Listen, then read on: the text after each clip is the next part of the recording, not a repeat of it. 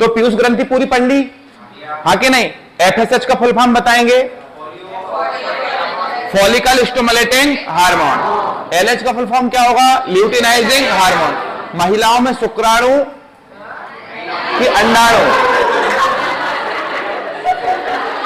मैं तो देख रहा था कि आप लोग से बनता है कि नहीं।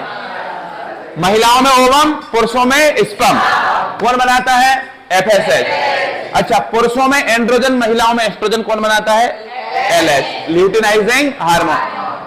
पीयूष ग्रंथि से भी छोटी कोई ग्रंथि है, इसे क्या कहते हैं? पीनियल ग्रंथि कहते हैं। अच्छा, ये बताएं, शरीर में बायोलॉजिकल क्लॉक किसे कहते हैं? पीनियल। किसे कहते हैं? पीनियल। अच्छा, पीनियल ग्रंथि से एक हार्मोन निकलता है मेलाटोनिन। क्या ये आपकी स्किन का रंग निर्धारित करता है? मेलाटोनिन हार्मोन की अधिकता से स्किन काली हो जाएगी। मेलाटोनिन हार्मोन की कमी किन में पाई जाती है? बच्चों में, बुजुर्गों में या वयस्कों में? वयस्कों में। अच्छा, बच्चों में मेलाटोनिन ज्यादा होता है क्योंकि उन्हें नींद आती है। तो पीनियल ग्रंथि पढ़ ली थी, पीयूष ग्रंथि भी पढ़ ली थी। अच्छा, एक बात बताओ, ACTH का फुल फॉर्म और बता दो। एड्रिनोकोर्टिकोइड ट्रोपिक हार्मोन। ठीक है, एड्रिनोकोर्टिकोट्रोपिक हार्मोन। TSH का फुल फॉर्म बताओ। Thyroid stimulating hormone. Thyroid stimulating hormone. ये सब पढ़ लिया। पीयूष ग्रंथि थोड़ी सी कठिन है, बाकी उसके बाद सारी ग्रंथियां सरल है। मैंने आपको बताया था पीनियल ग्रंथि और पीयूष ग्रंथि दोनों मस्तिष्क में, हाइपोथैलेमस भी मस्तिष्क में। गले में दो, एक थायराइड और एक पैराथायराइड। थायराइड और पैराथायराइड। थायराइड और पैराथायराइड। हमारे गले में कितनी ग्रंथि? दो। एक कौन सी? थायराइड और एक पैरा। आप लोगों ने देखा होगा ना, किसी किसी के यहां बहुत बड़ा ऐसा फूल जाता है, किसी के यहां पीछे की तरफ निकल जाता है। तो ये क्या है? ऐसे घेंगा रोग बोलते हैं। ये थायराइड ग्रंथि में ही होता है। चलिए, तो पहले अपन ये देखेंगे। बातें नहीं करो, बातें नहीं करो बेटा, बाबू मोसाए। ये जो आपका चेहरा होता है, मुंह बोलते हैं इसको, मुंह, फेस। Okay, face. ये यहां पर आपका गला होता है, हाँ कि नहीं? तो गले के दो भाग होते हैं, एक लैरिंग्स और एक फेरिंग्स। लैरिंग्स और, या एक तरफ हम बोल सकते हैं ट्रेकिया, इस तरफ वाला जिससे हवा अंदर जाती है ट्रेकिया, आगे वाले पाइप को ट्रेकिया और पीछे वाले पाइप को फूड पाइप। ठीक है, भोजनली हिंदी में बोले तो यहां पर एक बात ध्यान से समझने की कोशिश करना है आपको। पढ़ रहे हैं कौन सी ग्रंथि? अबटू ग्रंथि। अबटू ग्रंथि को हम इंग्लिश में क्या कहते हैं? थायराइड। इंग्लिश में क्या कहते हैं? थायराइड। इसको हिंदी में इस प्रकार से लिखा जाता है, थायराइड इंग्लिश में नहीं आएगा, अबटू ग्रंथि नहीं आता, थायराइड ऐसा हिंदी में लिखा के आता है क्वेश्चंस में, इसलिए मैंने भी हिंदी में लिख दिया। ध्यान रखना, थायराइड ग्रंथि से होने वाले रोग पूछे जाते हैं। IMP है, जबरदस्त समझेंगे। अबटू ग्रंथि जिसको हम बोल रहे हैं थायराइड ग्रंथि, अबटू ग्रंथि जिसे हम क्या बोल रहे हैं? थायराइड ग्रंथि। कहां होती है? हमारे गले में। कहां होती है? गले में। अब एक बात ध्यान से सुनिएगा, गले में कहां पर होती है? गले में कहां पर होती है? तो हमारे गले में जो लैरिंग्स होता है, लैरिंग्स, लैरिंग्स जिसे हमने क्या बोला था? Voice box. वॉइस बॉक्स, लैरिंग्स जो गले में होता है, वॉइस बॉक्स। इसके नीचे एक ग्लैंड होती है, ग्रंथि, जिसे हम क्या कहते हैं? कौन सी ग्रंथि? थायराइड ग्रंथि। ठीक है, कौन सी ग्रंथि होती है बेटा? थायराइड ग्रंथि। बात समझ में आ रही है कि नहीं? तो थायराइड ग्रंथि लैरिंग्स के नीचे होती है। क्या ये ट्रेकिया पर उपस्थित होती है? हाँ, ट्रेकिया को ही हम क्या बोलते हैं? श्वास नली। क्या बोलते हैं? श्वास नली। अच्छा, श्वास नली के पीछे वाले पाइप को फूड पाइप बोलते हैं, जिसे भोजनली भी बोलते हैं। इसमें क्रमांकुंचन की प्रोसेस चलती है। अच्छा, एक बात का जवाब दीजिए कि आपको अगर मैं पेड़ पे लटका दूं और पेड़ पे लटका के आपसे बोलूं कि चलो आप पानी पियो, तो आप उल्टे लटक के पानी पी रहे हो, तो बताएं पानी पेट में जाएगा या मुंह से बाहर आ जाएगा? पेट में ही जाएगा, क्योंकि निगलने के बाद कोई भी चीज हो उस पर ग्रेविटी काम ही नहीं करती है, हाँ कि नहीं? वो नीचे ही जाएगा, मतलब पेट में ही जाएगा, बाहर नहीं है, क्योंकि हमारे फूड पाइप में एक प्रोसेस चलती है जिसे हम क्या बोलते हैं? क्रमांकुंचन। वो नीचे की तरफ धकेलता है कोई भी निगले हुए पदार्थ को। ठीक है, चलिए आगे चलेंगे। श्वास नली में कौन उपस्थित होती है? थायराइड ग्रंथि। अब मेरे भाई, इससे आप आकार पूछ सकते हैं कि इसका आकार कैसा होता है, तो आपको बताना है किस आकार की होती है? H। या H की जगह अगर H ऑप्शन में नहीं है तो वो आपसे बोलेगा कि ये किस आकार की होती है, तो आप बताना तितली। तितली को इंग्लिश में क्या कहते हैं? बटरफ्लाई। ठीक है, तो बटरफ्लाई के जैसा शेप होता है इसका, किसका? थायराइड ग्रंथि। आपसे पूछ ले कि थायराइड ग्रंथि का भार कितना होता है, वेट कितना होता है, तो 25 ग्राम से 30 ग्राम। कितना ग्राम? लेकिन आपसे पूछ ले कि पीयूष ग्रंथि का भार कितना होता है, कितना होगा? हाँ ठीक। इसका आकार कितना होता है? इसका आकार कैसा होता है? किसके जैसा? हाँ कि नहीं? बात समझ रहे कि नहीं? अब एक बात सुनो, यह एच प्रकार की होती है, तो देखो ये वाला हिस्सा होता है एक, कौन सा वाला? ये वाला, और एक ये वाला होता है, तो हम कह सकते हैं कि यह बाइलोब्ड होती है। बाइलोब्ड का मतलब क्या? द्विसंकर। द्विसंकर, द्विसंकर मतलब भी क्या? मतलब कितने भाग होते हैं इसके? 2। कितने भाग होते हैं इसके? हाँ कि नहीं? कितने भाग होते हैं? 2, और 2 भाग होते हैं। और यह स्तंभ, क्या बोलेंगे? स्तंभ नाम के ऊतक से जुड़े होते हैं आपस में। तो ये एच जो है, ये जो बीच वाला जो टिश्यू है, इसे हम क्या बोलेंगे? स्तंभ। क्या बोलेंगे? स्तंभ। अरे क्या बोलेंगे? ठीक है, तो ध्यान से समझिएगा, थायराइड ग्रंथि जो होती है बाइलोब्ड मतलब 2 संकर होती है, मतलब 2 भाग होते हैं, इस तरफ और इस तरफ। बीच में इनको जोड़ने वाला एक ऊतक होता है, जैसे हम क्या बोलते हैं? स्तंभ।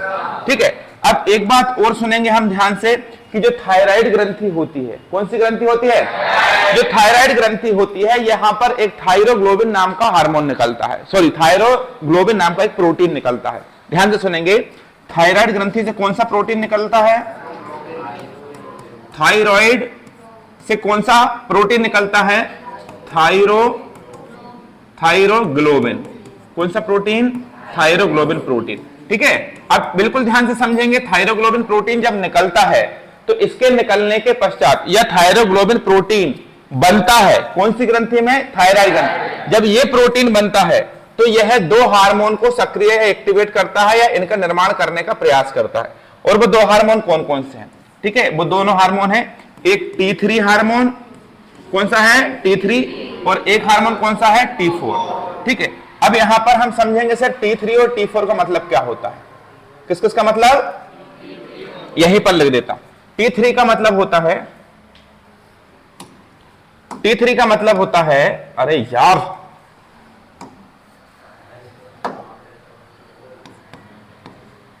ट्राई 3 को क्या बोलते हैं? Try iodo tyrosine. क्या होता है? Try iodo tyrosine. और इसका फुल फॉर्म 4 को हम क्या बोलते हैं? टेट्रा। क्या बोलते हैं? Tetra iodo tyrosine. हाँ कि नहीं? लिख सकते हैं टेट्रा आयोडो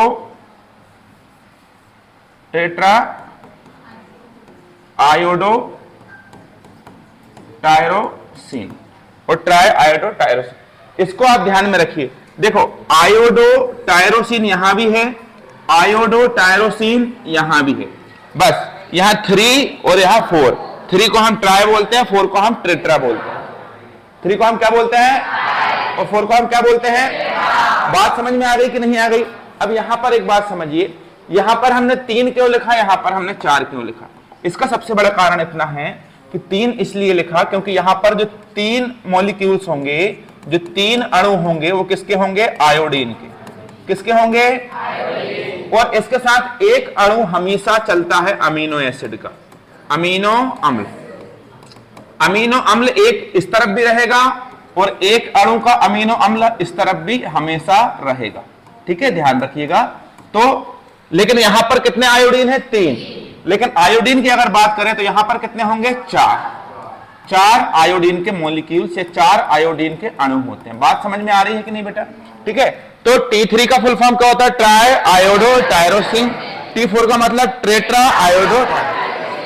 T3 का फुल फॉर्म बोलो, T4 का बोलो। अच्छा, इसका आकार कैसा होता है थायराइड का? ये कहां उपस्थित होती है? गले में। कहां उपस्थित होती है? गले में उपस्थित होती है। इसका आकार कैसा होता है? एच या कैसा? तितली के आकार। एच या तितली के आकार का। अच्छा, एक बात और बताएं कि भाई इसका वजन कितना होता है। क्या ये बाइलॉब में होती है, द्विसंकर होती है, या किस ऊतक के द्वारा जुड़ी होती है, किस ऊतक के द्वारा। अच्छा, आपने T3 देख लिया, T4 देख लिया, जो कौन सा प्रोटीन निर्माण करता है, एक। ये T3 एक, T4 दो, और एक और यहां पर हार्मोन होता है जिसको हम बोलेंगे कैल्सीटोनिन हार्मोन। बहुत आईएमपी है, ध्यान रखिए। कैल्सीटोनिन हार्मोन, कौन सा हार्मोन मेरे भाई, कैल्सीटोनिन हार्मोन।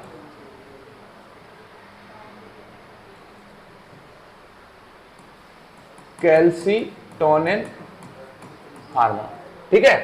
कैल्सीटोनिन हार्मोन के बारे में बात करें तो ये काम क्या करता है, हमारा जो ब्लड होता है जिसको हम क्या बोलते हैं, रक्त, क्या बोलते हैं, रक्त। रुधिर परिसंचरण, रुधिर परिसंचरण की खोज किसने की थी, विलियम हार्ट। और ब्लड ग्रुप का पता किसने लगाया था, किसने, कॉर्लैंड स्टीनर। रक्त की हम बात करें तो हमारे रक्त में जब ज्यादा मात्रा में कैल्शियम हो जाए, अब कुछ लोग ज्यादा कैल्शियम खाते हैं, जैसे कुछ लोग ज्यादा मात्रा में दूध पीते हैं, सुबह भी आधा लीटर दूध पी रहे हैं, शाम को भी आधा लीटर दूध पी रहे हैं, तो बॉडी में कैल्शियम की मात्रा ज्यादा हो जाएगी कि नहीं। तो कैल्शियम की मात्रा बॉडी में कहां पर होगी, रक्त में। कोई भी चीज हम खाते हैं तो जाकर कहां पर मिलती है, रक्त में ही मिलती है। तो हमारी बॉडी में कहां पर कैल्शियम की मात्रा ज्यादा हो जाएगी, रक्त में। केले में भी कैल्शियम होता है, चूने में भी कैल्शियम होता है। जो लोग तंबाकू वगैरह ज्यादा खाते हैं तो उसमें चूना जो लोग ज्यादा खाते हैं उसमें कैल्शियम ज्यादा होता है, ठीक है। तो आपके ब्लड में कैल्शियम की मात्रा ज्यादा हो जाएगी। तो ऐसी स्थिति में हमारी थायराइड ग्रंथि एक हार्मोन रिलीज करती है, कैल्सीटोनिन हार्मोन। कौन सा हार्मोन, और ये कैल्सीटोनिन हार्मोन क्या करता है, जब हमारे रक्त में कैल्शियम की मात्रा ज्यादा हो जाती है तो रक्त से कैल्शियम निकालकर और किसको भेज देता है, हड्डियों को। किसको भेज देता है, हड्डियों को भेज देता है। भाई अगर रक्त में कैल्शियम ज्यादा हो जाएगा तो वो कैल्शियम किसके पास चला जाएगा, हड्डियों के पास, ठीक है। और हड्डियां हमारी कैल्शियम से ही तो बनती हैं, कैल्शियम और फास्फोरस से बनती है हड्डियां, हाँ कि नहीं। चलिए बहुत बढ़िया। तो बताएं कैल्सीटोनिन हार्मोन क्या काम करता है, रक्त से कैल्शियम निकालकर किसे प्रदान करता है, हड्डियों को। थायराइड ग्रंथि का आकार, इसका वजन। एक बात और ध्यान से सुनिएगा, थायराइड ग्रंथि सबसे बड़ी कौन सी ग्रंथि है, सबसे बड़ी अंतःस्रावी। सबसे बड़ी कौन सी ग्रंथि है, अंतःस्रावी। सबसे बड़ी बाह्यस्रावी ग्रंथि, सबसे बड़ी बाह्यस्रावी ग्रंथि, सबसे बड़ी बाह्यस्रावी ग्रंथि। अच्छा एक बात सुनिए ध्यान से, अगर मैं आपसे बात करूं कि 90%, क्या 90 भी छोड़ो, 98 ही लगा लो, 98% T3 एवं T4, T3 एवं T4 हार्मोन रिलीज करती है कौन, थायराइड ग्रंथि। 2% कौन सा हार्मोन निकालती है, कैल्सीटोनिन। कौन सा हार्मोन निकालती है, कैल्सीटोनिन हार्मोन, ठीक है। बताएं थायराइड ग्रंथि कितना हार्मोन निकालती है, कितना कितना हार्मोन निकालती है, 2, T3 T4 और एक कैल्सीटोनिन। अब T3 और T4 एक साथ निकलते हैं तो ये ज्यादा भी निकल सकते हैं और कम भी निकल सकते। आप लोगों ने देखा होगा कि कुछ लोग ऐसे होते हैं जो बहुत दुबले होते हैं लेकिन एकदम से इनका शरीर भारी हो जाता है, बहुत मोटे हो जाते हैं, उनके घुटने में दर्द हो जाता है। जो नए नए उम्र के लोग हैं, जो मतलब जिनकी उम्र कम है, उतनी ज्यादा उम्र नहीं है, उनके घुटनों में दर्द हो रहा है, उनको डिप्रेशन का शिकार हो रहा है, चिंता ज्यादा हो रही है, चिड़चिड़ापन ज्यादा हो रहा है, बाल भी बहुत ज्यादा, मोटापा बहुत ज्यादा आ रहा है, बहुत गंदे दिखने लगे। आप लोग मेरी तरफ देख रहे हो, हाँ मैं समझ सकता हूं। तो ऐसे लोगों में T3 और T4 जो होते हैं वो अनबैलेंस हो जाते हैं, ठीक है। हमारी थायराइड ग्रंथि से जो T3 और T4 हार्मोन होते हैं ये साथ में ही निकलते हैं, कभी ज्यादा निकलते हैं कभी कम निकलते हैं। ये बराबर मात्रा में निकलना चाहिए। किसी भी चीज की ज्यादा खराब हो जाता है ना, कोई भी चीज की अधिकता क्या होती है, खराब होती है। तो इनका ज्यादा निकलना भी खराब है और कम निकलना भी खराब है। चलिए, तो T3 और T4 की अधिकता से कुछ चीजें होती हैं, कुछ लक्षण आते हैं बॉडी के अंदर, वो हम देखते हैं क्या आते हैं। देखो, अगर T3 और T4 जो हार्मोन होते हैं, टेट्रा आयोडोथायोनिन या टायरोसिन और ट्राई आयोडो टायरोसिन, ये ज्यादा निकल जाएंगे।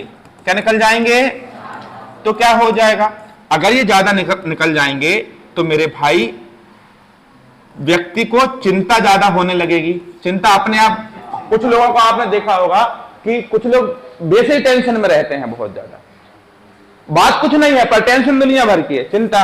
अब जब चिंता ज्यादा होगी तो चिड़चिड़ापन आएगा कि नहीं? अरे आएगा कि नहीं? क्या आएगा? चिड़चिड़ापन। अरे भाई क्या हो रहा है? चिंता आएगी तो क्या आएगा? चिड़चिड़ापन आएगा। चिड़चिड़ापन आएगा तो भाई फिर घबराहट होगी, ठीक है? घबराहट के साथ जब घबराहट होती है तो पसीना आता है कि नहीं आता है? पसीना आता है, ठीक है? हाथ कांपने लगते हैं। क्या कांपने लगते हैं? हाथ कांपेंगे, ठीक है? बाल झड़ने लगते हैं। सब लोग मेरी तरफ देखो, बालों का झड़ना, ये सब बीमारियां होती है। घुटने में दर्द होने लगता है, जोड़ दर्द करने लगते हैं। तो इस प्रकार T3 और T4 की अधिकता से चिंता, चिड़चिड़ापन, घबराहट, पसीना, हाथ कांपने लगते हैं, बालों का झड़ना, और व्यक्ति पतला हो जाता है, सूख जाता है। क्या हो जाता है? दुबला हो जाता है। केवल व्यक्ति मतलब मेल के लिए नहीं, फीमेल में भी ये चीजों की अधिकता है, कमी हो सकती है। बेटा उस मोबाइल को रख लो आप अंदर, क्या कर रहे हो उसमें? इनको पता नहीं रहता है कि आप इंस्टीट्यूट गए हो, आप पढ़ाई कर रहे होंगे, आप व्यस्त होंगे। हाँ, घर वाले फोन लगाते रहते हैं आप लोगों के। चलो देखो, अब देखो T3 और T4 की अधिकता तो देख ली, अब हम क्या देखेंगे? कमी। अरे हाँ या ना? तो कमी देखेंगे। अब कमी से क्या होगा? इसका सीधा उल्टा, अगर इसमें बहुत ज्यादा चिंता हो रही है तो इसमें क्या होगी? बहुत ज्यादा खुशी। इसमें बाल झड़ रहे हैं तो इसमें बहुत ज्यादा बाल आएंगे। ऐसा कुछ नहीं होता है, ऐसा कुछ नहीं होता है। सुनो, इसकी कमी से क्या होगा? बहुत ज्यादा वजन बढ़ जाएगा। क्या हो जाएगा? बहुत ज्यादा क्या हो जाएगा? वजन बढ़ेगा तो थकावट तो होगी, नहीं होगी? आपको चलने में, उठने में, दौड़ने में बहुत परेशानी होगी, मोटापा बहुत ज्यादा आ जाता है, ठीक है? तो थकावट होगी। थकावट होने के साथ साथ क्या लगेगी? कमजोरी लगेगी। और बाल तो झड़ रहे हैं तो बाल यहां भी झड़ेगी। यहां पर ध्यान रखना, एक प्रमुख रीजन है, ठंड लगती है व्यक्ति को। क्या लगती है? ठंड। और यहां पर क्या लगती है? क्या लगती है? हाँ, बाल तो भैया समझ में आ गया कि नहीं? तो बेटा यहां पर आप ध्यान से पढ़ लो, है ना? चीजों को मैं इतने सीरियसली आपको समझा रहा हूं, पर आप अलग ही दुनिया में चल रहे हो। चलती क्लास में अभी धुना जाओगे तो फिर बोलोगे मारता है व्यक्ति, ठीक है? बात समझ गए कि नहीं? अब यहां पर आगे की बात सुनेंगे थायराक्स से। कल पूछूंगा ना तब मजा आएगा, देखना। अभी कर लो। बाल आ गए और बाल चले गए। बालों की बड़ी परवाह है तुमको। क्या है भाई, जा रहे हैं तो जाने दो, आ रहे हैं तो आने दो, कोई दिक्कत थोड़ी ना है। अवधूत सर के बारे में सुने हो कि नहीं? जानते हो अवधूत सर को? राजा बनाने की बात करते हैं। उन्होंने एक बात बहुत अच्छी बोली जो मुझे अच्छी लगी, कि जो चीज हम फिर से खरीद सकते हैं उसकी टेंशन काहे के लिए लेना? अरे भाई बाल जा रहे हैं, जाओ 50-60 हजार लाख रुपए में, 1.5 लाख रुपए में ट्रांसप्लांट करा लो, फिर जाएंगे 6 महीने में बाल। काहे के लिए जा रहे हैं तो जाने दो ना, पैसे कमाने पर ध्यान दिया करो, ठीक है? थायरॉक्सिन, अब देखो यहां पर थायरॉक्सिन हार्मोन के बारे में सुनो। थायरॉक्सिन हार्मोन जो होता है ना, हमारी थायराइड ग्रंथि से निकलता है। जो T3 और T4 देखा था ना, ये थायरॉक्सिन के ही भाग है, थायरॉक्सिन ही बोल सकते हो आप इनको। तो ये थायरॉक्सिन जो हार्मोन होता है ना, ये करता क्या है सर? तो थायरॉक्सिन जो हार्मोन होता है वो हमारे शरीर के अंदर जो ग्लूकोज होता है ना, ग्लूकोज जो हम खाते हैं पीते हैं, इस ग्लूकोज का ऑक्सीकरण बढ़ाता है। ग्लूकोज का ऑक्सीकरण बढ़ाता है। ग्लूकोज का ऑक्सीकरण बढ़ाता है। कौन बढ़ाता है ग्लूकोज का ऑक्सीकरण? थायरॉक्सिन। अब देखिए, आप मुझे एक बात बताइए, आपने खाना खा लिया, खाना आपकी छोटी आंत में चला गया, छोटी आंत में जाकर खाना डाइजेस्ट भी हो गया, मतलब पच भी गया, ठीक है? यहां तक की कहानी। वो रक्त में भी मिल गया, रक्त ने उस ग्लूकोज को शरीर की सभी कोशिकाओं तक पहुंचा भी दिया। ग्लूकोज के पास ऑक्सीजन भी पहुंच गई, पर उतनी जितने जल्दी ग्लूकोज का दहन होना चाहिए, जितने जल्दी आपकी बॉडी के अंदर एटीपी का निर्माण होना चाहिए, उतने जल्दी एटीपी का निर्माण आपके शरीर में नहीं हो पा रहा है। इसका मतलब यह है कि आपके शरीर में थायरॉक्सिन हार्मोन की कमी है। तो ध्यान रखना, ग्लूकोज का ऑक्सीकरण करने के लिए बहुत ज्यादा आवश्यकता हमें किसकी होती है? थायरॉक्सिन। दूसरा ध्यान रखना, यहां पर थायरॉक्सिन और क्या करता है, जल की मात्रा को संतुलित करता है, जल की मात्रा को नियंत्रित करता है। कौन सा हार्मोन? अब आपकी बॉडी में जल की मात्रा कंट्रोल होगी तो अपने आप आपके शरीर का तापमान कंट्रोल होगा कि नहीं? तापमान को क्या करता है? कंट्रोल। आप कभी भी देख लीजिएगा, जब आपको बुखार आता है तो डॉक्टर आपको ग्लूकोज की बोतल लगाता है, क्योंकि बुखार में तापमान बढ़ जाता है, ग्लूकोज की बोतल मतलब पानी अंदर जाएगा, टेम्परेचर अपने आप कंट्रोल हो जाता है। ठीक है, अच्छा कहानी सुनो। होता क्या है कि जब आपको बुखार आता है तो आपके शरीर की जो एंटीबॉडीज होती हैं वो रोगों से लड़ती हैं, तो वो आपके शरीर के टेम्परेचर को खुद ही इतना ज्यादा बढ़ा देती हैं एंटीबॉडीज, कि वो जो वायरस या बैक्टीरिया जो भी बाहरी आक्रमणकारी आपके शरीर में अंदर प्रवेश कर गया है, वो आक्रमणकारी इतने ज्यादा टेम्परेचर में अपने आप खत्म हो जाए, इसलिए आपके शरीर का टेम्परेचर बढ़ाया जाता है। तो ये कोई गलत बात नहीं है।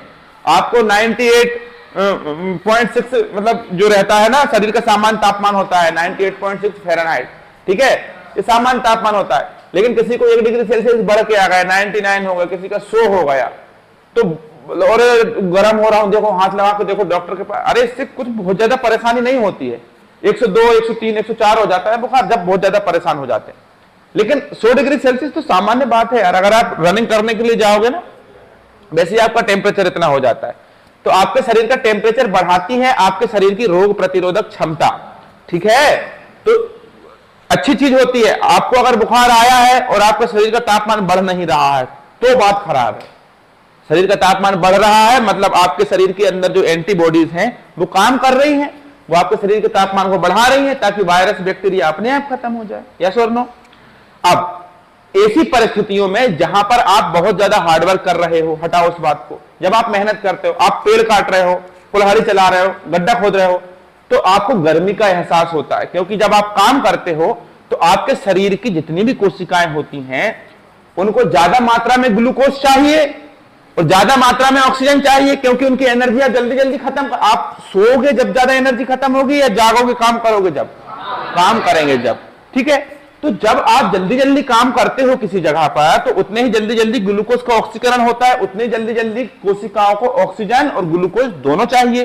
तो रक्त भी हमारे शरीर में उतनी जल्दी जल्दी चलता है, जब रक्त हमारे शरीर में उतने जल्दी जल्दी चलता है तो कोई, अब देखो पंखा ज्यादा तेज चलेगा तब ज्यादा गर्म होगा या धीरे धीरे चलेगा जब ज्यादा गर्म?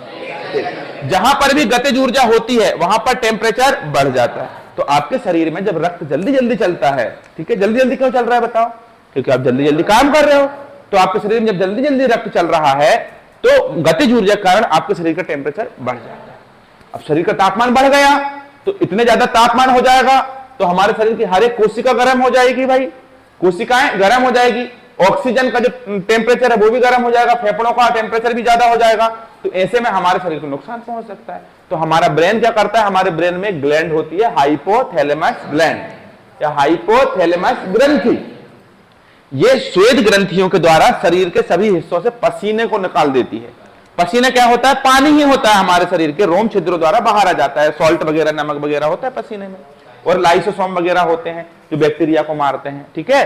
तो जब पसीना बाहर निकलता है ना तो हमारी बॉडी के ऊपर पूरा हम पसीने से भीग जाते हैं जब हम मेहनत का काम करते हैं। तो जैसे ही इस पसीने से हवा लगती है तो हवा के साथ ऑक्सीकरण होता है पसीने का, और पसीना वाष्प बन के उड़ जाता है। और जहां पर भी वाष्पीकरण होता है वो सतह कैसी हो जाती है? ठंडी। तो जो गर्म शरीर था वो अपने आप कैसा हो गया? ठंडा। इस प्रकार आपके शरीर के तापमान को मेंटेन किया जाता है। तो इसमें महत्वपूर्ण भूमिका पानी की रही कि नहीं रही? हम 400 ml पानी हमारी सांस लेना और सांस छोड़ने के दौरान खर्च कर देते हैं। 400 ml पानी, समझ रहे हो कि नहीं? तो हमारे शरीर में पानी बहुत जरूरी है, और पानी ही क्या करता है? तापमान को कंट्रोल करता है, हाँ कि नहीं? अब एक और ध्यान रखिएगा,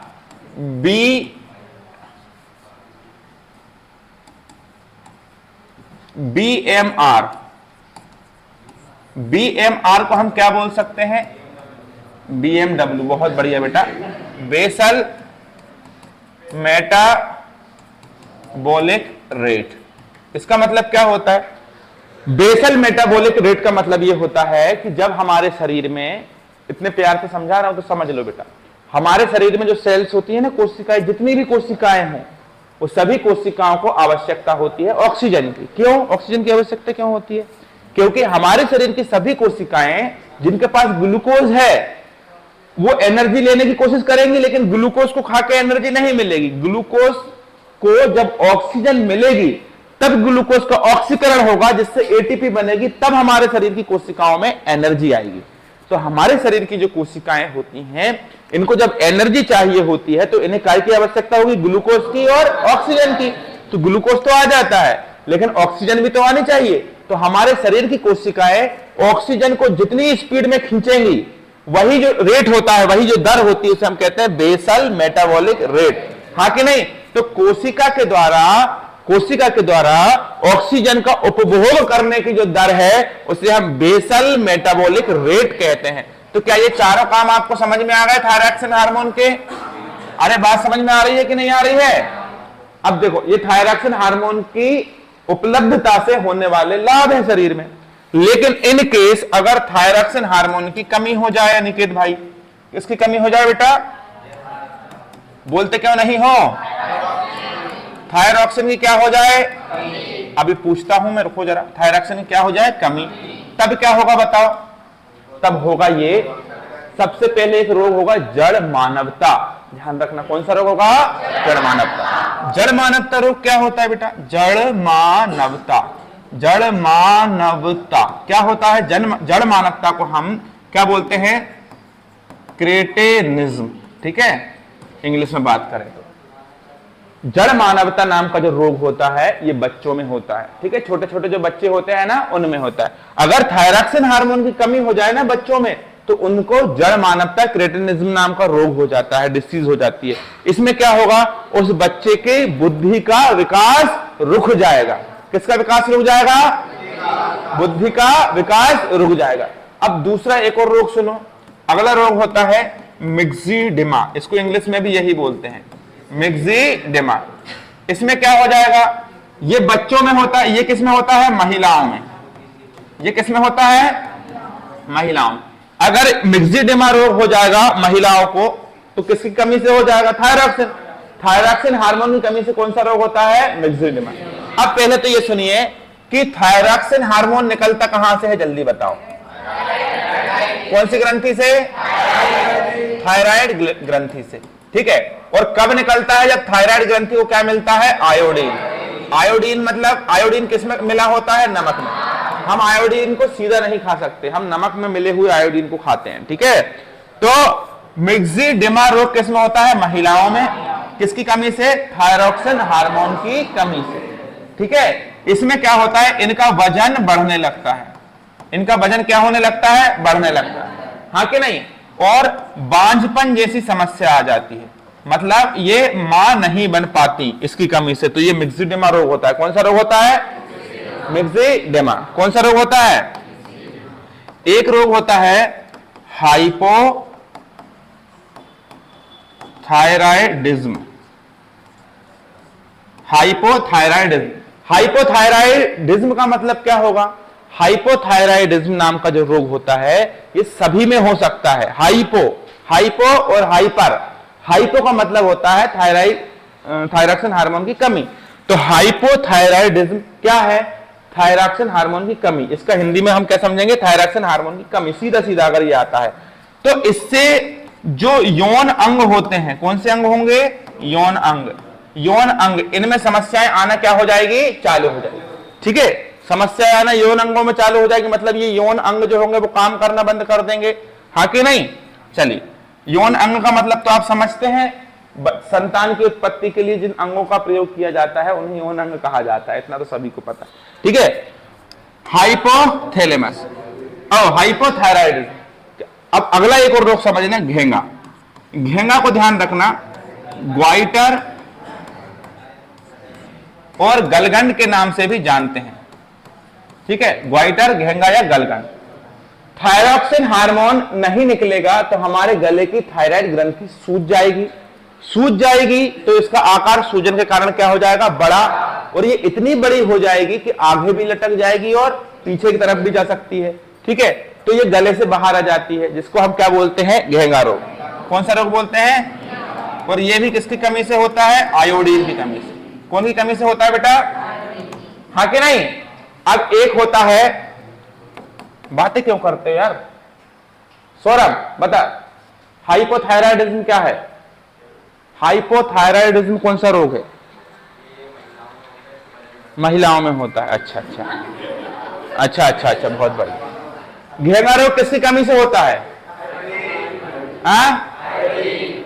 आयोडीन।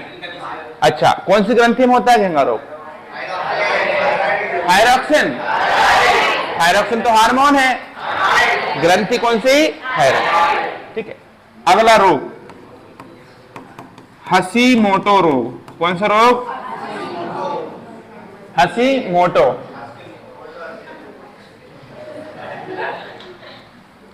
हशीमोटो, इस रोग में क्या होता है, ध्यान से समझिएगा। थायरॉक्सिन की कमी से, थायरॉक्सिन की कमी हो जाएगी हमारे शरीर में। तो जब थायरॉक्सिन हार्मोन की कमी होगी तो हमारे शरीर में जो WBC होती है ना, व्हाइट ब्लड सेल, ये थायराइड ग्रंथि के ऊपर क्या कर देती हैं? अटैक। जो हमारी गले की थायराइड ग्रंथि होती है ना, ये इस पर अटैक कर देती है। कौन? WBC। जिससे हमारी थायराइड ग्रंथि जो काम थोड़ा बहुत कर रही है वो भी कार्य करना बंद कर देती है, कार्य करना बंद कर देती है। इसे हम कौन सा रोग कहते हैं? हशीमोटो। कौन सा रोग? अरे हाँ या ना? तो ये थायराइड ग्रंथि से निकलने वाले थायरॉक्सिन हार्मोन की कमी से होने वाले रोग थे। थायरॉक्सिन की कमी से पहला रोग कौन सा? जलमाना। क्या ये बच्चों में होता है? हाँ। अगला रोग कौन सा? मिक्सिडिमा। ये महिलाओं में होता है? हाँ। एक कौन सा? हाइपोथायराइडिज्म। ये यौन अंगों को प्रभावित करता है? हाँ। एक कौन सा? घेंगा रोग। ये आयोडीन की कमी से है। अगला कौन सा? हशीमोटो। हशीमोटो से क्या होता है?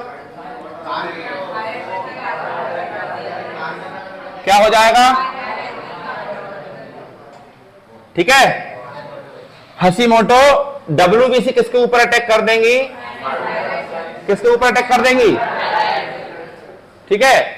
अब देखो, ये थायरॉक्सिन की कमी, अब ये थायरॉक्सिन की अधिकता, काय की अधिकता बेटा? थायरॉक्सिन की अधिकता। जब थायरॉक्सिन हार्मोन ज्यादा हो जाए तब क्या हो जाता है?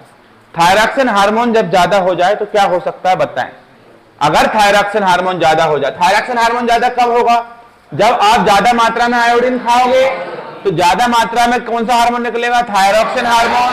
और थायरॉक्सिन हार्मोन जब ज्यादा मात्रा में निकलेगा तो आपके शरीर में बीपी हाई हो जाएगा। कहते हैं ना, नमक ज्यादा खाने से बीपी बढ़ता है, क्योंकि नमक में आयोडीन होता है। और आयोडीन कौन से हार्मोन को निकालता है? थायरॉक्सिन को।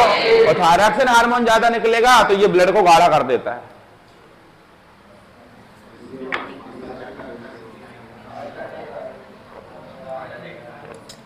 ब्लड को कैसा कर देता है? गाढ़ा। अब कोई भी, जैसे मान लीजिए दो नलियां हैं, जैसे मान लो यहां पर ये दो नलियां, ये दो नली है। इस एक नली में पानी बह रहा है और इस एक नली में शहद बह रहा है। बताओ, पानी वाली नली में ज्यादा तेज खून चलेगा या शहद वाली में? मतलब पानी वाली नली में ज्यादा तेज पानी चलेगा या शहद वाली में ज्यादा तेज शहद चलेगा? इसमें ज्यादा स्पीड रहेगी तो फ्लुएंटली बहता रहेगा, इसमें धीरे चलेगा क्योंकि गाढ़ा होता है शहद। तो गाढ़ा होता है तो लुढ़कते लुढ़कते जाएगा, लेकिन जत्थे का जत्था बना के जाएगा तो इसका आयतन बढ़ा देगा। इसका आयतन क्या कर देगा? बढ़ा देगा। तो बढ़ा देगा तो इसके ऊपर प्रेशर हो जाएगा, जिससे इसके फटने के चांसेस रहेंगे। तो जब कोई चीज गाढ़ी हो जाती है तो वहां पर प्रेशर ज्यादा हो जाता है। प्रेशर क्या हो जाता है? प्रेशर ज्यादा हो जाता है। तो थायरॉक्सिन हार्मोन की जब अधिकता होती है तो रक्त गाढ़ा हो जाता है। रक्त गाढ़ा हो जाता है तो बीपी बढ़ जाता है। बीपी बढ़ जाता है तो आपके शरीर में हृदयघात जैसी संभावनाएं बढ़ सकती हैं। तो ध्यान रखिएगा, बीपी किस लिए हाई हो जाता है? थायरॉक्सिन हार्मोन की अधिकता के कारण। और थायरॉक्सिन हार्मोन की अधिकता कब होती है? जब आप आयोडीन ज्यादा खाते हो। और आयोडीन ज्यादा कब खाओगे? जब आप नमक ज्यादा खाओगे। तो अगर किसी को बीपी की समस्या है तो उसे नमक क्या खाना चाहिए? कम। लेकिन बीपी हाई हो, बीपी कम भी हो जाता है, बीपी हाई भी हो जाता है। तो जिसे बीपी हाई होने की समस्या है उसे नमक कम खाना चाहिए, जिसे बीपी लो होने की समस्या है उसे नमक ज्यादा खाना चाहिए। अब ऐसा नहीं है कि तुम पूरा नमक का पैकेट घोल के और पिला दो किसी को। ऑनलाइन वाले भी ये सब मतलब बोल दे और केस कर दे मेरे ऊपर कि रोहित सर ने बोला था कि बीपी लो है, नमक घोल के पिला दो। मर गया सामने वाला। डॉक्टर की सहायता से थोड़ा बहुत, 1 चम्मच, आधा चम्मच, है ना। चल, बीपी हाई हो जाता है कि नहीं हो जाता है? अगला रोग पढ़ेंगे एक्सोप्थेल्मिक ग्वाइटर। एक्सोप्थेल्मिक ग्वाइटर ये कैसा रोग है भाई? अगर थायरॉक्सिन हार्मोन, देखो बेटा अभी केवल थायराइड ग्रंथि ही चल रही है, तो the level of content bye Rohit है कोई इतना पढ़ाने वाला? एक्सोप्थेल्मिक ग्वाइटर। अब भाई इसके बाद भी अगर एग्जाम में क्वेश्चन बाहर हो रहा है तो फिर समझ जाओ कि एग्जाम में कुछ हेरा फेरी हुई है, क्योंकि इतना तो उनने ही नहीं पढ़ा जो एग्जाम बनाते हैं जितना आप पढ़ रहे हो। एक्सोप्थेल्मिक ग्वाइटर, इस रोग में आंखें फूलकर गोटर जैसी हो जाती हैं। कैसी? गोटर। और कहां आ जाती हैं? बाहर। कहां आ जाती हैं? बाहर आ जाती हैं, हाँ कि नहीं? एक और बीमारी होती है ग्रेव डिसीज। कौन सी बीमारी? Graves disease. इसमें भी बीपी क्या हो जाएगा? बीपी क्या हो जाएगा? ब्लड प्रेशर क्या हो जाएगा? बढ़ जाएगा। तो यहां पर खत्म होता है आपकी कौन सी ग्रंथि? कौन सी ग्रंथि? थायराइड। थायराइड ग्रंथि और उससे होने वाले रोग। अब 2 ग्रंथि और पढ़ेंगे। अभी पराबटू पे, अबटू तो पढ़ ली, अबटू पढ़ाइए ना। अब क्या पढ़ेंगे? पराबटू, जिससे बोलेंगे क्या? पैराथायराइड।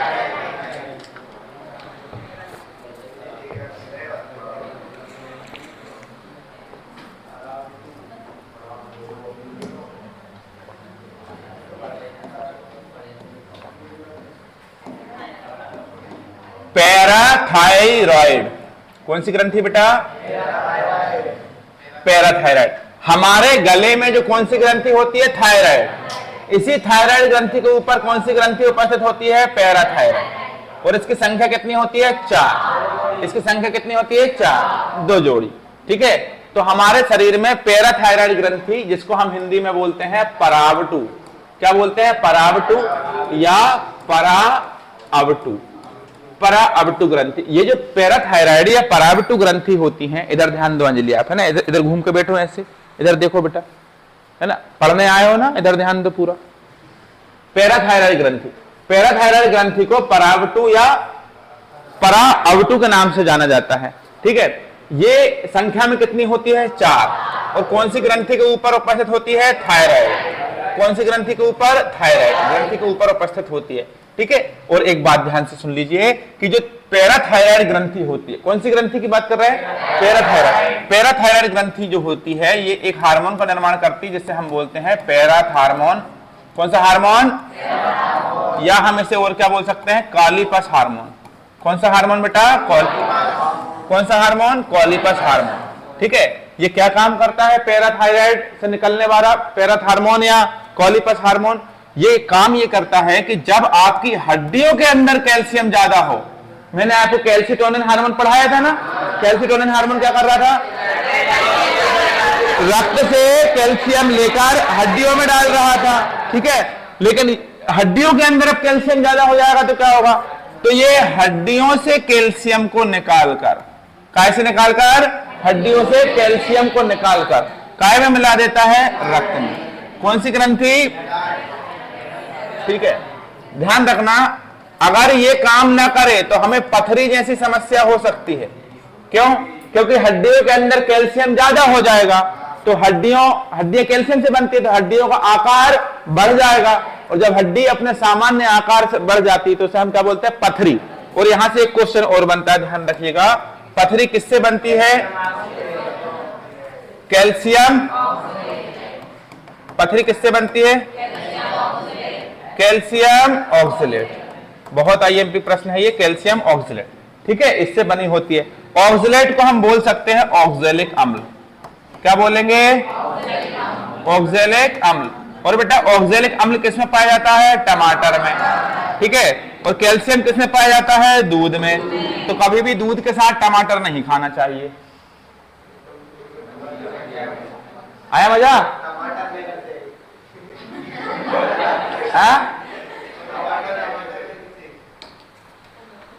टमाटर के साथ दूध नहीं पीना चाहिए, नहीं तो कैल्शियम और ऑक्सैलिक एसिड दोनों मिलेंगे, कैल्शियम ऑक्सलेट होगा और आपको क्या हो जाएगी? पथरी। तो बताएं पैराथायराइड ग्रंथि कहां होती है? गले में कौन सी ग्रंथि के ऊपर?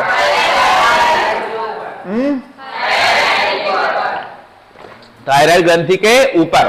इसकी संख्या कितनी होती है? संख्या कितनी होती है? ये क्या करती है?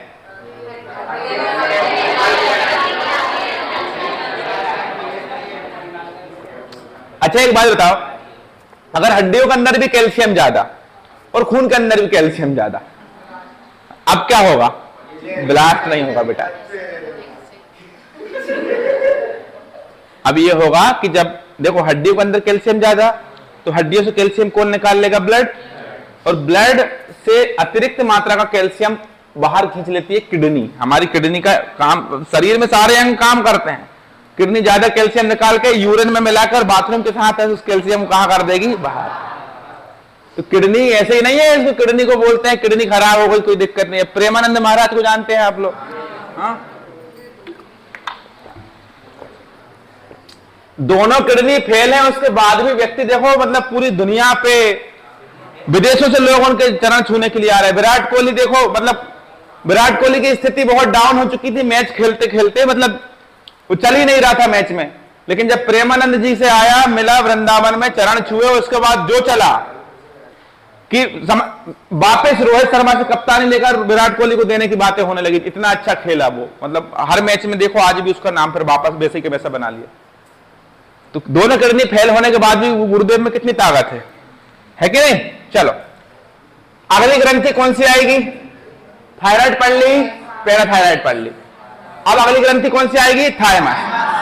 थाइमस, थाइमस ग्रंथि सीने में होती है, 15 साल तक के बच्चों में पाई जाती है, मां के दूध से प्रोटीन निकालकर बच्चों के शरीर में डालती है, ठीक है, और रोग प्रतिरोधक क्षमता को बनाती है, हमारे शरीर की एंटीबॉडीज का निर्माण करती है।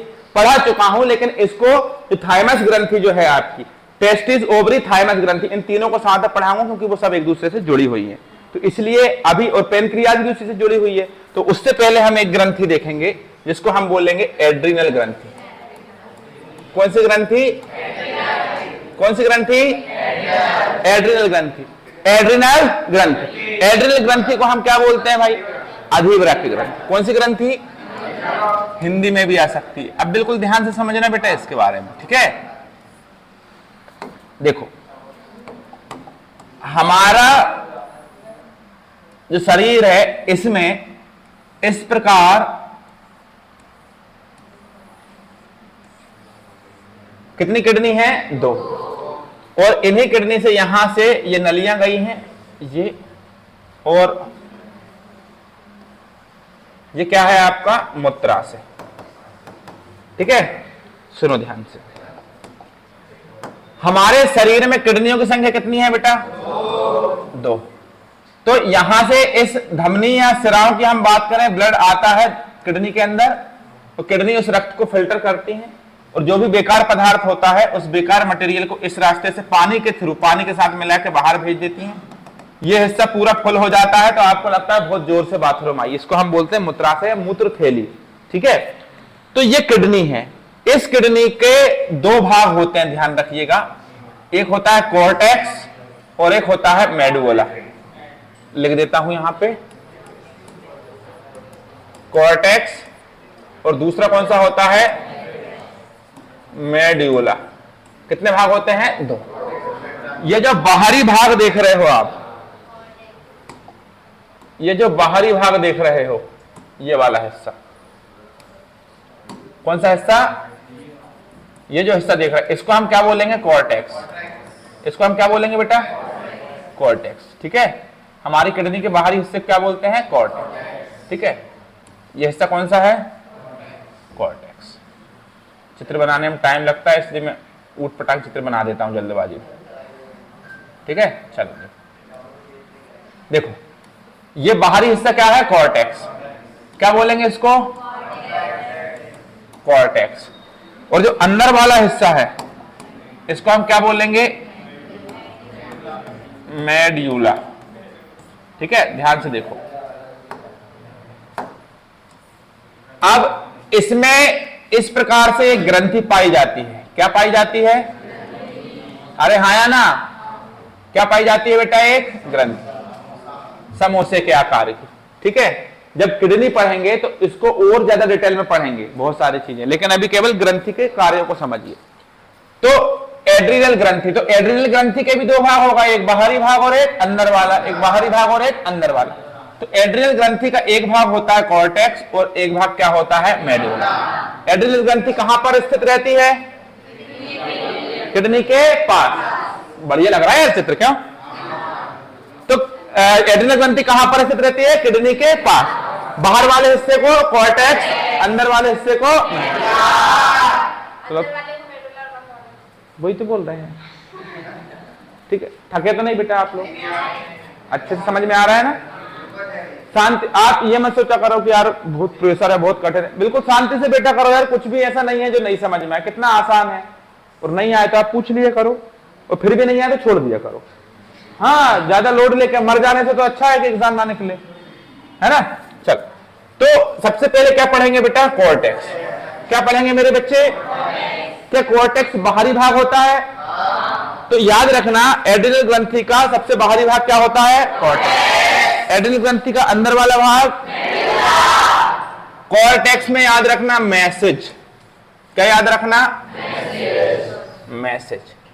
M S G. एम से याद रखना मिनरल कॉर्टिकॉइड,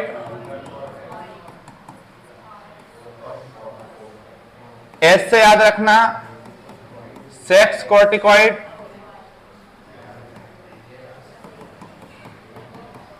और जी से याद रखना ग्लूकोकॉर्टिकॉइड।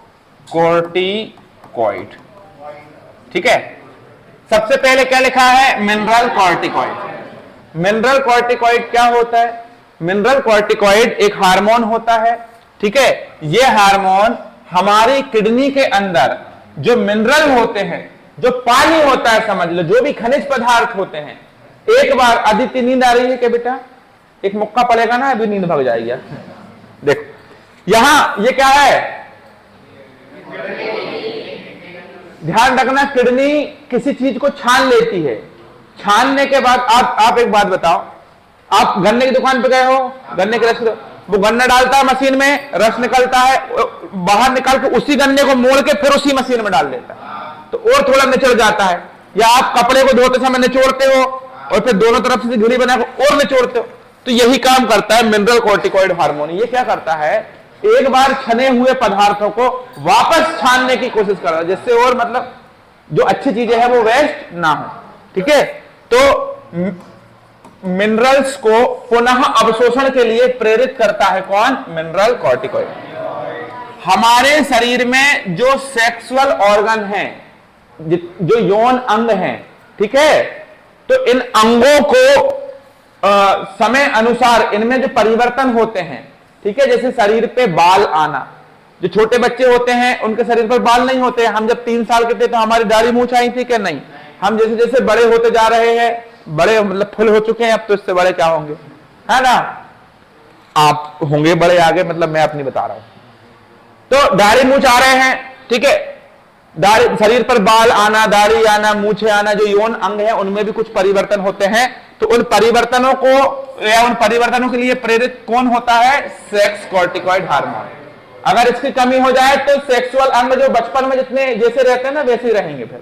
ठीक है, ग्लूकोकॉर्टिकॉइड, ये आपके शरीर में कार्बोहाइड्रेट, प्रोटीन, वसा, ध्यान रखना, कार्बोहाइड्रेट, प्रोटीन, वसा, इन जो खाद्य पदार्थ होते हैं ना, इनके अवशोषण के लिए, इनके पाचन के लिए प्रेरित करता है।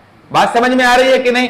तो ये तीनों hormone, message, mineral corticoid, sex corticoid, glucocorticoid, ये मिनरल्स को फिर से छानने के लिए प्रेरित करता है। सेक्स कॉर्टिकॉइड क्या करता है? यौन अंगों को परिवर्तन लाता है। और ग्लूकोकॉर्टिकॉइड कार्बोहाइड्रेट, प्रोटीन, वसा का, समझ रहे कि नहीं, अवशोषण या पाचन में सहायक होता है। अब बेटा कौन सा हिस्सा पढ़ लिया हमने? कौन सा पढ़ लिया? कॉर्टेक्स। अब कौन सा पढ़ेंगे? वेरी गुड मेरे बच्चे, मेरे बाबू। देखो मेडुला, कौन सा बेटा? मेडुला।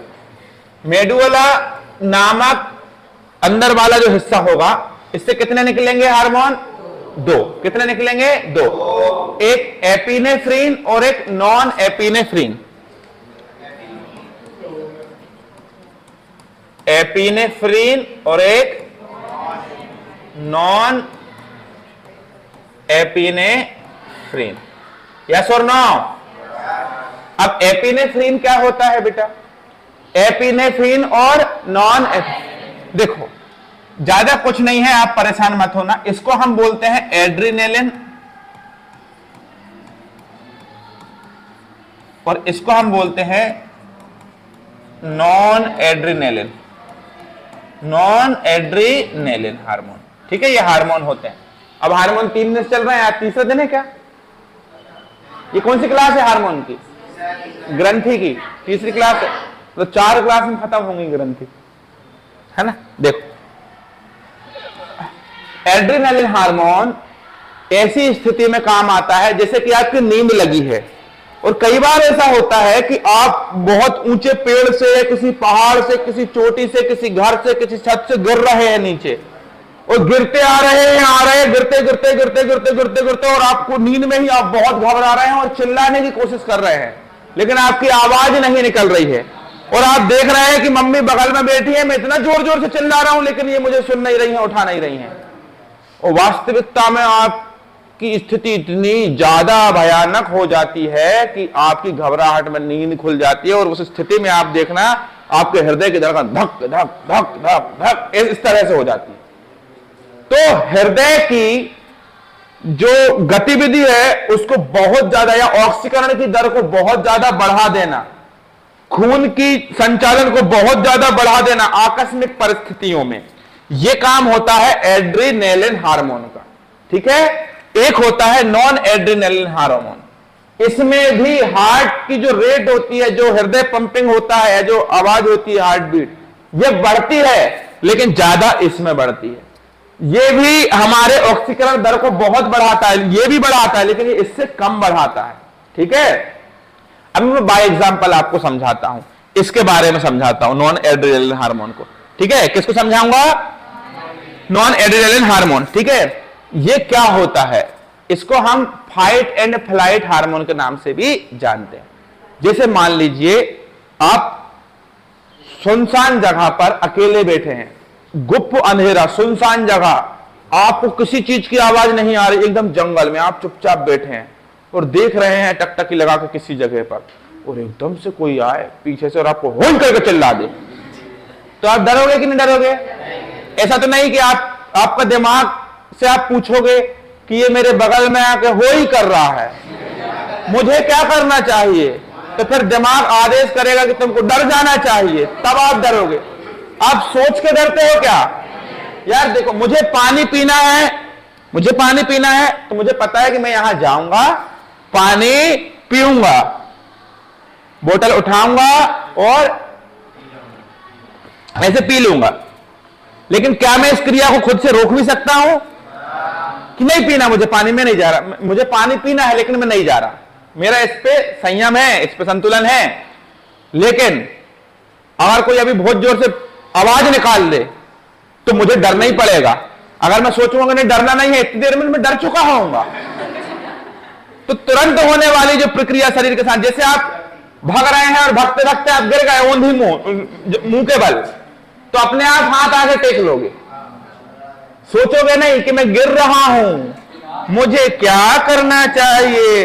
दिमाग बोलेगा दोनों हाथों को आगे बढ़ा के टेकना, इतने में तो मुंह टूट जाएगा तुम्हारा। तो अपने आप आपके शरीर को बचा देता है कौन सा हार्मोन? है ना। तो ये ऐसी स्थितियों में ये आपातकालीन हार्मोन है। जैसे कोई आपकी आंखों, जैसे आपको ऐसे थप्पड़ मारे कोई, या आपको ऐसे करे कभी भी ऐसे, तो सामने वाले की आंखें, जिसकी आंखों के सामने ऐसे की, तो उसकी आंखें अपने बंद हो जाती चट से। पूछती नहीं है कि वो ऐसे कर रहा है, क्या करना चाहिए? तो आंखें ऐसे से करना चाहिए, इतने में 2-3 थप्पड़े मार देगा वो। कॉलोनी में खड़े हैं, किसी मतलब मान लीजिए सौरभ है, सौरभ अपनी महिला मित्र को मिलने के लिए गया है, कॉलोनी में खड़ा है, तो महिला मित्र तो ऊपर से नहीं देख लिया, लेकिन कुत्ते ने उसको नीचे से देख लिया। अब कुत्ता लगा है पीछे, अब सौरभ सोच रहा है ये जी कुत्ता पीछे लगा है, क्या करना चाहिए? तो वो लगा भगना चाहिए, इतने में कुत्ता काट लेगा और गाना बज गया जी मंगल भवन मंगल हार। इसी के साथ समाप्त करते हैं कौन सी ग्रंथि? ध्यान रखना, इसे फाइट एंड फ्लाइट हार्मोन भी कहा जाता है, लड़ो और उड़ो हार्मोन एड्रिनल ग्रंथि के नॉन एपिनेफ्रिन हार्मोन का हिस्सा होता है। ठीक है, thank you so much, take care.